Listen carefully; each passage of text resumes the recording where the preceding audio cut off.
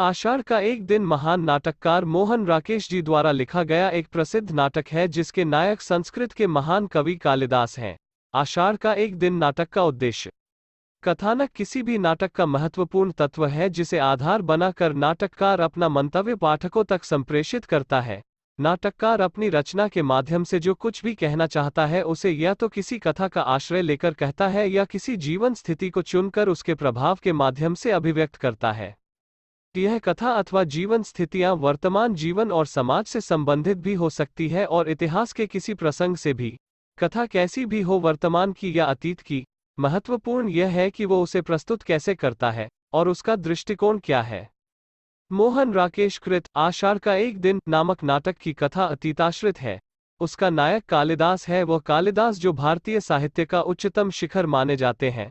परंतु कालिदास कैसे बने इस संबंध में इतिहास लगभग मौन है। यत्र तत्र बिखरे सूत्रों को जोड़कर और कुछ अपने अनुमान लगाकर प्रस्तुत नाटक का कथानक बनाया गया है। आषाढ़ का एक दिन नाटक की कथा 3 अंकों में विभाजित है। इस नाटक के मुख्य पात्र कालिदास, मल्लिका, अंबिका, विलोम तथा प्रियंगुमंजरी आदि हैं। 3 अंकों में आषाढ़ का एक दिन नाटक की रचना की गई है।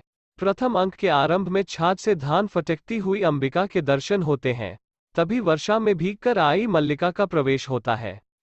दोनों के वार्तालाप से ज्ञात होता है कि मल्लिका अंबिका की पुत्री है। मल्लिका ने कालिदास के साथ आषाढ़ की पहली बरसात में भीगने का आनंद उठाया है, इसलिए वो अपने इस सौभाग्य पर मुग्ध है। परंतु अंबिका को मल्लिका का यह आचरण अनुचित प्रतीत होता है। वैयक्तिक स्तर पर भी और सामाजिक स्तर पर भी वह कालिदास को नापसंद करती है, क्योंकि वह भावनाओं में निमग्न रहने वाला एक अव्यावहारिक व्यक्ति है, जिससे यह आशा करनी व्यर्थ है कि वह मल्लिका को किसी प्रकार का सांसारिक सुख दे पाएगा। सामाजिक स्तर पर वह उन दोनों से इसलिए क्रुद्ध है क्योंकि प्रेमी युगल का विवाह से पूर्व इस प्रकार घूमना फिरना लोकापवाद का कारण हो सकता है।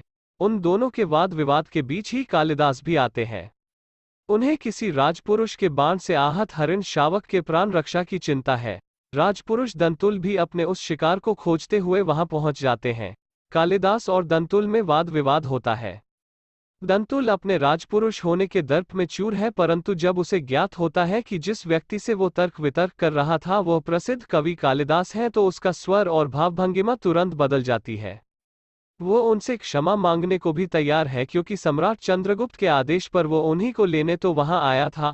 इस सूचना से ही कालिदास को राजकीय सम्मान का अधिकारी समझा गया है। मल्लिका प्रसन्न हो जाती है, परंतु अंबिका पर मानो इस सब का कोई प्रभाव ही नहीं पड़ता। दोनों एक दूसरे को अपना दृष्टिकोण समझाने का प्रयास करती हैं। तभी मातुल का आगमन होता है। मातुल कालिदास के संरक्षक हैं, पर उनकी भांति भावुक नहीं वरन अति व्यवहारिक। वे राजकीय सम्मान के इस अवसर को किसी भी प्रकार खोना नहीं चाहते। कालिदास की उदासीनता से भी वे नाराज हैं। निक्षेप कालिदास की मनस्थिति को समझता है, परंतु इस अवसर को खोने के पक्ष में वह भी नहीं है, इसलिए वह मल्लिका से अनुरोध करता है कि वह कालिदास को समझाएं। इसी अंक में विलोम का भी प्रवेश होता है। उसकी बातों से ज्ञात होता है कि वो मल्लिका से प्रेम करता है। वह यह भी जानता है कि मल्लिका कालिदास को चाहती है और उसके जीवन में विलोम का कोई स्थान नहीं। वस्तुतः ऐसा स्वाभाविक भी है, क्योंकि उसका व्यक्तित्व कालिदास के व्यक्तित्व से नितांत विपरीत है। कालिदास के इस सम्मान से वह थोड़ा दुखी दिखाई देता है, जिसकी अभिव्यक्ति उसके व्यंग्यपूर्ण कटाक्षों से होती है। उसके कारण कई हैं। एक, उसके मन का ईर्ष्या भाव है। कालिदास को वो अपने प्रतिद्वंद्वी की भांति ग्रहण करता है और उसे लगता है कि इस प्रतिद्वंद्विता में कालिदास का स्थान उससे ऊपर हो गया है। 2, वह कालिदास और मल्लिका के पारस्परिक स्नेह भाव को भली भांति समझता है। वह जानता है कि कालिदास के चले जाने से मल्लिका दुखी हो जाएगी और मल्लिका का दुहक उसे असहाय है। 3, उसे आशंका है कि उज्जयिनी का नागरिक वातावरण, राज्य सत्ता की सुख सुविधाएं, आमोद प्रमोद में कालिदास जैसा व्यक्तित्व कहीं खो न जाए, उसकी रचनाशीलता को कोई क्षति न पहुंचे। विलोम के मन में जो शंका है वही कालिदास के मन में भी है। उज्जयिनी जाने न जाने की दुविधा का कारण यही शंका है, परंतु मल्लिका के मन में इस प्रकार की कोई शंका नहीं। उसे कालिदास की प्रतिभा पर विश्वास है। यहाँ रोककर वो उसे स्थानीय कवि नहीं बने रहने देना चाहती। उज्जयिनी जाकर उसके अनुभवों में विस्तार हो, राजकीय सुख सुविधाओं के बीच अपने अभावों को भूलकर साहित्य रचना में वह लीन हो जाए।